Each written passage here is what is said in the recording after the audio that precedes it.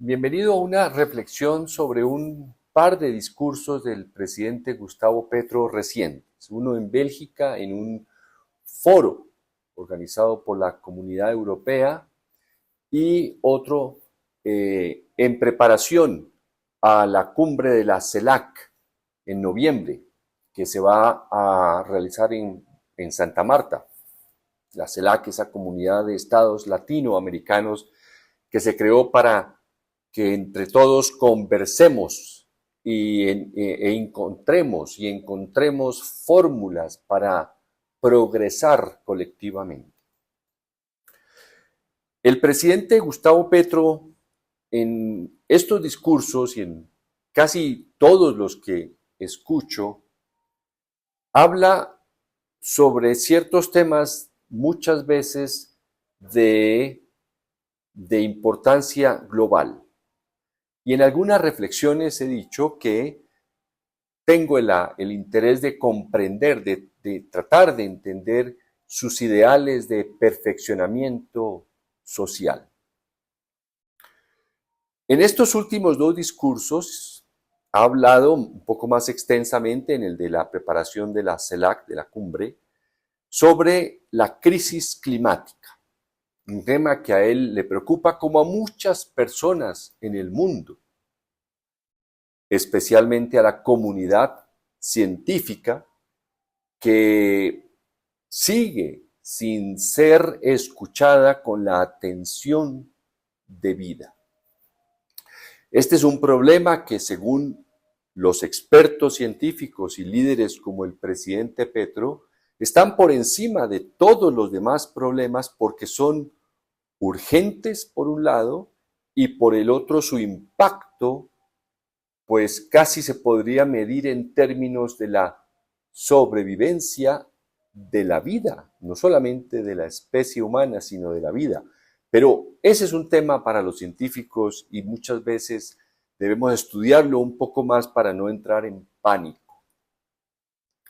El presidente Gustavo Petro, cuando habla de la crisis climática, la asocia en gran medida a la codicia, es decir, a cómo la humanidad, especialmente con la revolución industrial, no es que la revolución industrial haya creado la codicia, no, aceleró la capacidad de acumular, que es la fascinación de la persona que está inclinada naturalmente a la avaricia, a la codicia, es decir, a poseer sin límite, a fascinarse, a sentir que la vida no tiene sentido si no es para acumular y acumular y acumular.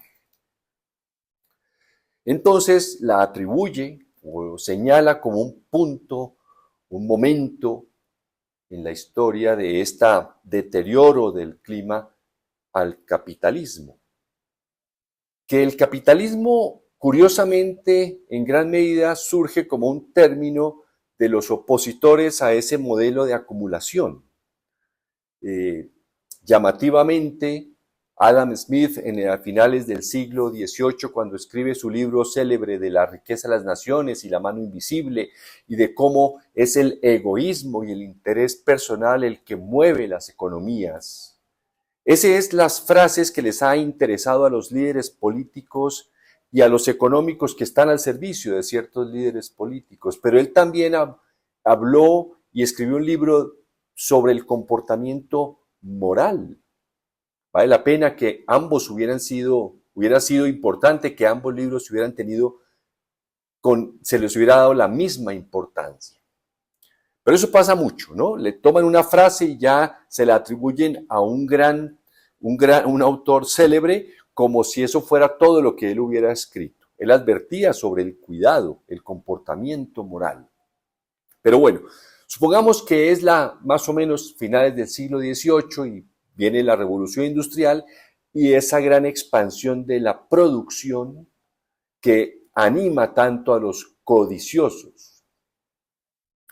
Pero hay que tener en cuenta también que la codicia no nace con esas ideas que supuestamente dieron nacimiento al capitalismo. Fíjese usted que la codicia o la avaricia es uno de los pecados capitales en el cristianismo, que es una fuerza importantísima en Occidente.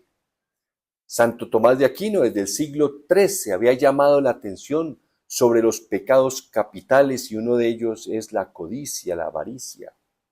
Y es capital, le llaman así, pecado capital, porque da origen a otros pecados, como la injusticia, la indiferencia, el egoísmo. Entonces, digamos que dentro de toda sociedad hay personas con esa inclinación que en vez de, como dicen también algunos textos, en vez de amar a las personas y usar las cosas, usan a las personas y aman los bienes.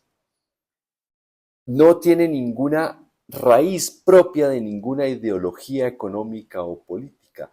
Son comportamientos humanos que con la revolución industrial se aceleró su expresión y tuvo un impacto en el ambiente, dañó el clima, lo está dañando. Por eso los codiciosos y los avaros, en donde estén, se oponen a los criterios que los científicos aportan para probar el cambio climático como producto de una producción sin fin, sin freno, o de una industrialización previa. Fíjese usted la cantidad de energía que hoy requiere el mundo. Eso requiere transformar cada vez más el medio ambiente, agredirlo cada vez más, agotar las fuentes de energía para que cada vez los que tienen quieran acumular más. Es indiscutible que dentro de las filas de los partidos o de las personas que se autodefinen como socialistas, socialdemócratas, comunistas, en fin, toda esa gama que se ha llamado izquierda, debe haber personas codiciosas. Lo hemos visto en este gobierno. Se han filtrado, han aparecido personas codiciosas, que es una expresión cuando los funcionarios públicos son codiciosos, es la corrupción. No hay sistema político, no hay modelo económico que evite en su desarrollo que aparezcan los codiciosos. Luego habría que actuar si de verdad consideramos que hay que regular, modular, educar a la persona que, pues pobre de él o de ella, si nace con esa inclinación no puede parar de acumular y como dice el pecado capital, genera otros pecados.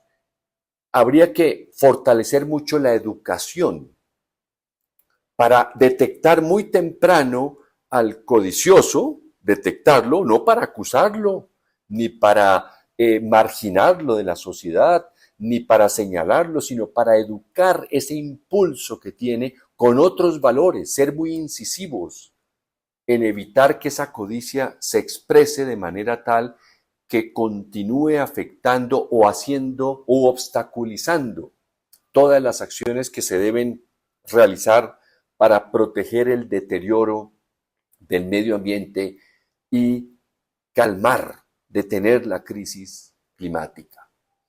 Importantísimo tener esos ideales de perfeccionamiento social y yo diría que no es tanto el capitalismo, que es una abstracción. El capitalismo no existe mientras no haya personas orientadas a la acumulación, pero hay personas que acumulan con mesura, incluso hasta con cierta austeridad. Y esas también las hay en las filas de todos los movimientos. Creo yo que si es un ideal importante, y estoy de acuerdo, ese comportamiento hay que atenderlo desde los primeros años de la educación para evitar que después sociedades muy laxas, culturas muy permisivas impulsen esa codicia, esa avaricia a unos niveles en los que no solo daña el medio ambiente, sino genera injusticia e indiferencia con los otros seres humanos. Hasta la próxima.